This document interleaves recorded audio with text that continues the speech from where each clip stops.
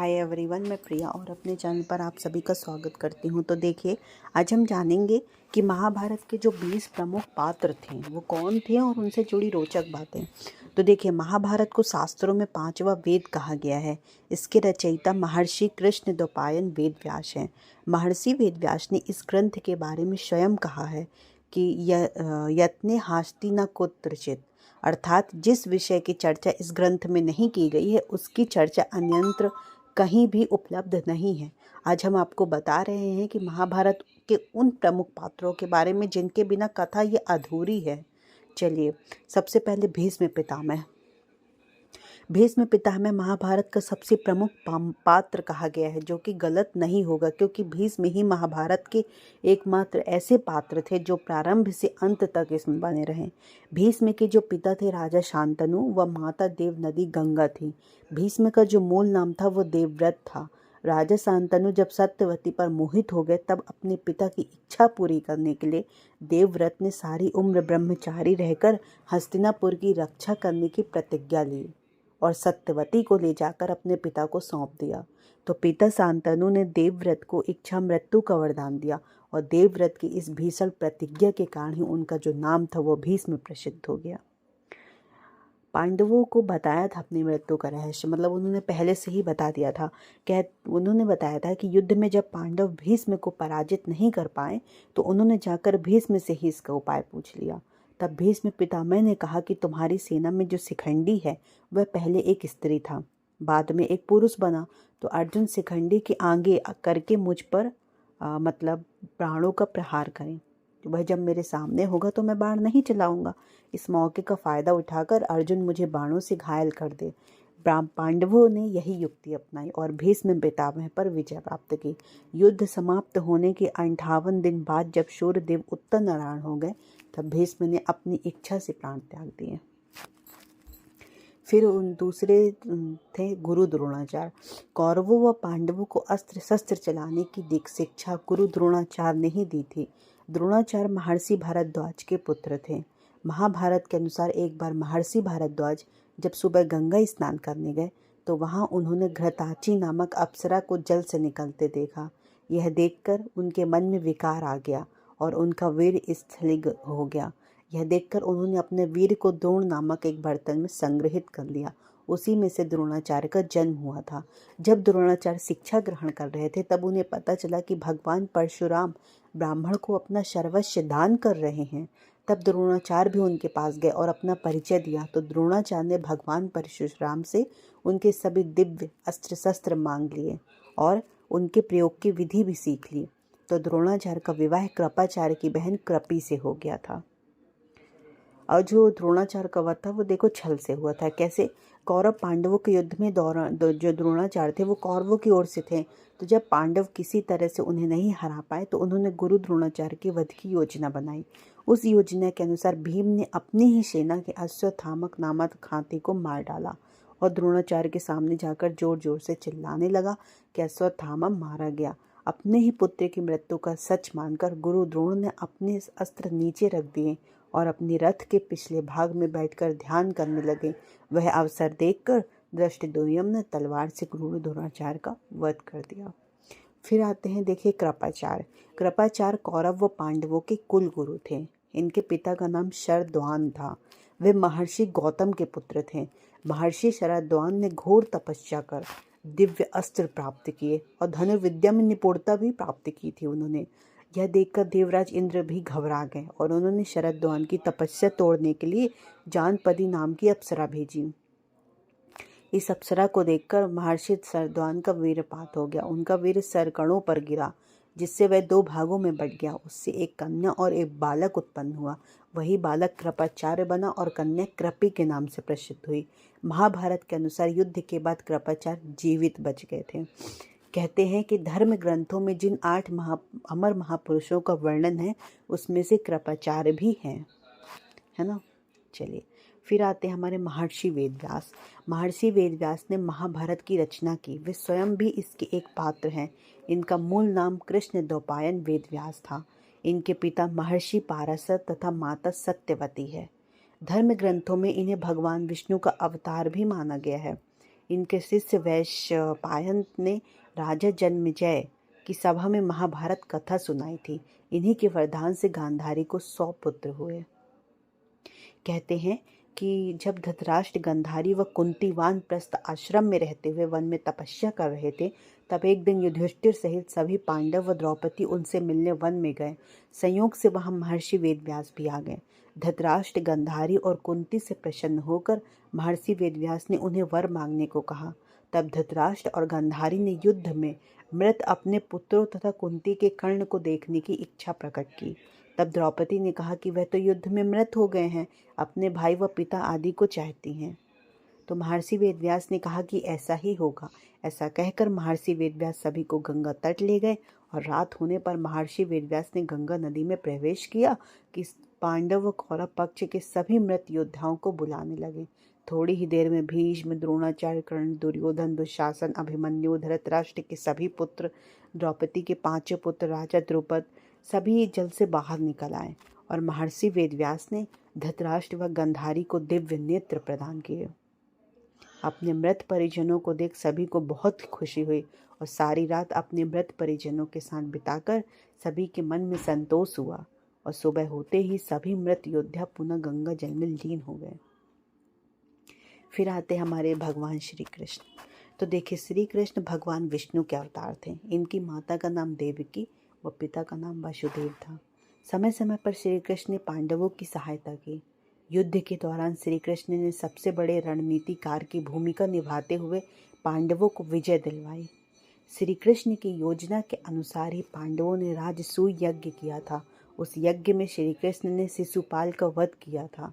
श्री कृष्ण ही शांति दूत बनकर कौरवों की सभा में गए थे और पांडवों की ओर से 5 गांव मांगे थे। युद्ध के प्रारंभ में जब अर्जुन कौरवों की सेना में अपने प्रियजनों को देखकर विचलित हुए, तब श्री कृष्ण ने उन्हें गीता का उपदेश दिया। फिर गांधारी ने श्री कृष्ण को श्राप दिया था। क्या श्राप दिया था कि युद्ध समाप्त होने के बाद जब धृतराष्ट्र, गांधारी और कुंती आदि कुरुकुल की स्त्रियां कुरुक्षेत्र आईं, तो यहाँ अपने पुत्रों, पति व भाई आदि के शव देखकर उन्होंने बहुत विलाप किया। अपने पुत्रों के शव देखकर गांधारी थोड़ी देर बेहोश हो गई और होश आने पर गांधारी को बहुत क्रोध आया और वे श्री कृष्ण से बोली कि पांडव व कौरव आपस की फूट होने के कारण ही नष्ट हुए हैं, किंतु तुम चाहते तो इन्हें रोक सकते थे, लेकिन तुमने ऐसा नहीं किया। तब ऐसा कहकर गांधारी ने श्री कृष्ण को श्राप दिया। क्या श्राप दिया कि आज से 36 वर्ष बाद तुम भी अपने परिवार वालों का वध करोगे और अपने मंत्री, पुत्रों आदि के नाश हो जाने से एक अनाथ की तरह मारे जाओगे। उस दिन तुम्हारे परिवार की स्त्रियां भी इसी तरह विलाप करेंगी। चलिए, फिर आते हैं धृतराष्ट्र व पांडव। राजा शांतनु और सत्यवती के 2 पुत्र थे, एक चित्रांगद, एक विचित्रवीर। राजा शांतनु की मृत्यु के बाद चित्रांगद राजगद्दी पर बैठे, लेकिन कम उम्र में ही उनकी मृत्यु हो गई। तब भीष्म ने विचित्रवीर को राजा बनाया। भीष्म काशी से राजकुमारियों का हरण करा लाए और उनका विवाह विचित्रवीर से करवा दिया, किंतु क्षय रोग के कारण विचित्रवीर की भी मृत्यु हो गई। फिर आते हैं गांधारी। देखिए, गांधारी गंधार राज्य सुबल की पुत्री थी। जब भीष्म ने सुना कि गंधार देश की राजकुमारी सब लक्षणों से संपन्न है और उसने भगवान शंकर की आराधना कर 100 पुत्रों का वरदान प्राप्त किया है, तब भीष्म ने गंधार राज के साथ अपना दूत भेजा। पहले तो सुबल ने अंधे के साथ अपनी पुत्री का विवाह करने पर बहुत सोच विचार किया, लेकिन बाद में हाँ कह दिया।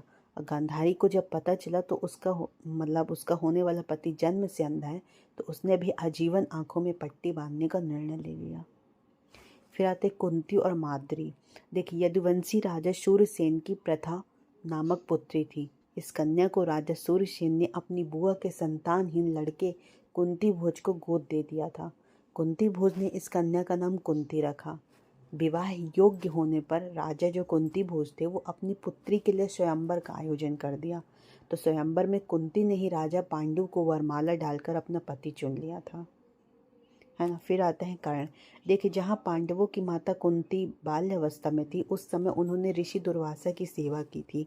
सेवा से प्रसन्न होकर ऋषि दुर्वासा ने कुंती को एक मंत्र दिया, जिससे वह किसी भी देवता का आवाहन कर उससे पुत्र प्राप्त कर सकती है। विवाह के पूर्व इस मंत्र की शक्ति को देखने के लिए एक दिन कुंती ने सूर्यदेव का आवाहन कर दिया। जिसके फलस्वरूप कर्ण का जन्म हो गया। किंतु लोकलाज के भय से कुंती ने कर्ण को नदी में बहा दिया। कर्ण दिव्य कवच कुंडल के साथ ही पैदा हुआ था। कर्ण का पालन पोषण धृतराष्ट्र के सारथी अधिरथ व उसकी पत्नी राधा ने किया था। इंद्र को दान कर दिए थे कवच कुंडल। देखे, जो देवराज इंद्र थे वो अर्जुन के विशेष स्नेह थे। इंद्र जानते थे कि जब तक कर्ण के पास कवच कुंडल है उससे कोई भी नहीं जीत सकता है। तब तक एक दिन इंद्र ब्राह्मण का रूप धारण कर कर्ण के पास गए और भिक्षा में कवच कुंडल मांग लिए। फिर आते हैं पांडव। देखे, महाराज पांडु के 5 पुत्र पांडव कहलाए। एक बार राजा पांडव शिकार खेल रहे थे। उस समय किंदम नामक ऋषि अपनी पत्नी के साथ हिरण के रूप में सहवास कर रहे थे। उसी अवस्था में राजा पांडु ने उन पर बाण चला दिए।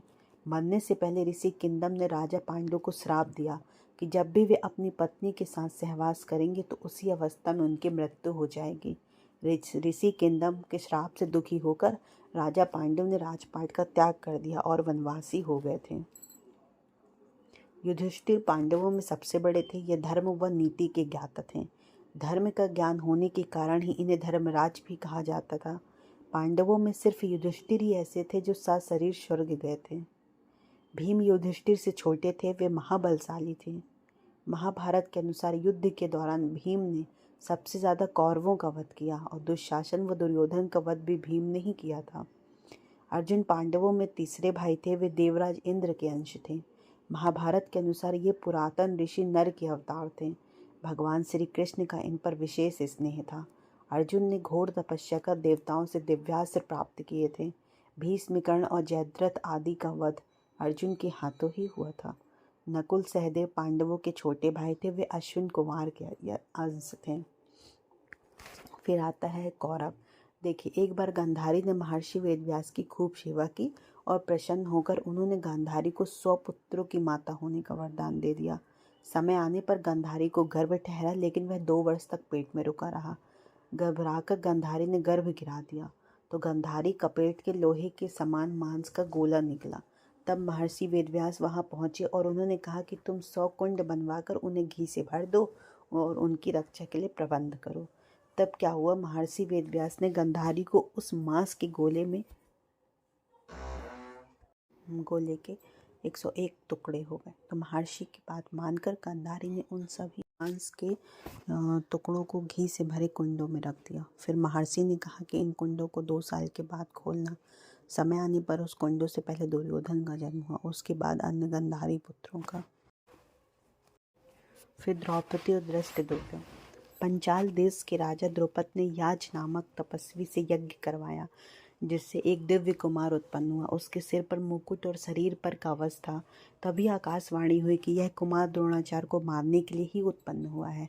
इसके बाद उस यज्ञ वेदी से एक सुंदर कन्या उत्पन्न हुई। तब आकाशवाणी हुई कि इस कन्या का जन्म क्षत्रियों के संहार के लिए हुआ है। इसके बाद कौरवों को बहुत ही भय हो गया था।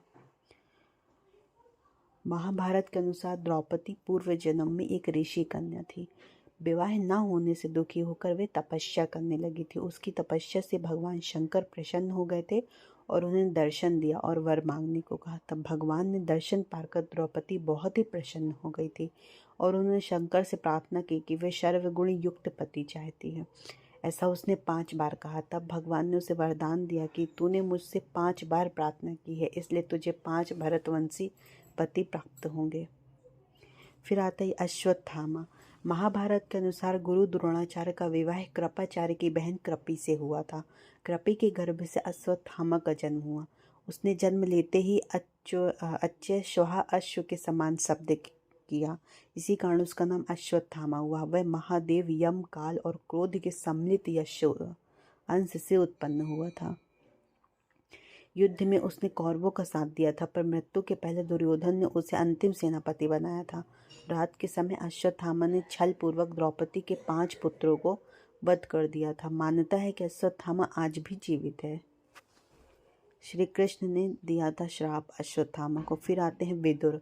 देखिए, महाभारत महात्मा विदुर का जन्म महर्षि वेदव्यास के आशीर्वाद से दासी के गर्भ से हुआ था। महाभारत के अनुसार जो विदुर धर्मराज के अवतार थे, है ना, तो वह एक ऋषि के श्राप के कारण धर्मराज को मनुष्य रूप में जन्म लेना पड़ा। विदुर नीति कुशल थे, उन्होंने सदैव धर्म का साथ दिया था। फिर आता है हमारे शकुनी। देखिए, शकुनी गांधारी का भाई था। धृतराष्ट्र व गांधारी के विवाह के समय शकुनी हस्तिनापुर में ही आकर बस गए। यहाँ वे कौरवों को सदैव पांडवों के विरुद्ध भड़काते रहते थे। पांडवों का अंत करने के लिए शकुनी ने कई योजना बनाई, लेकिन उनकी कोई भी चाल सफल नहीं हो पाई। युद्ध में सहदेव ने वीरतापूर्वक युद्ध करते हुए शकुनी और उलोक को घायल कर दिया। देखते ही देखते उलोक का वध किया और अपने पुत्र का शव देखकर शकुनी को बहुत ही दुख हुआ और वह युद्ध छोड़कर भागने लगा। तब सहदेव ने शकुनी का पीछा किया और उसे पकड़ लिया। घायल होने पर शकुनी बहुत समय तक सहदेव से युद्ध किया और अंत में सहदेव के हाथों से मारा गया। चलिए, आई होप आपको वीडियो पसंद आई होगी। मैंने बताया महाभारत के कुछ प्रमुख पात्र और उनके पीछे की घटना। तो देखिए, बहुत ही रोचक बातें हैं, ये सब महाभारत से जुड़ी हुई हैं। अगर आप सनातन धर्म से हैं तो आपको पता रहना बहुत ही ज़रूरी है।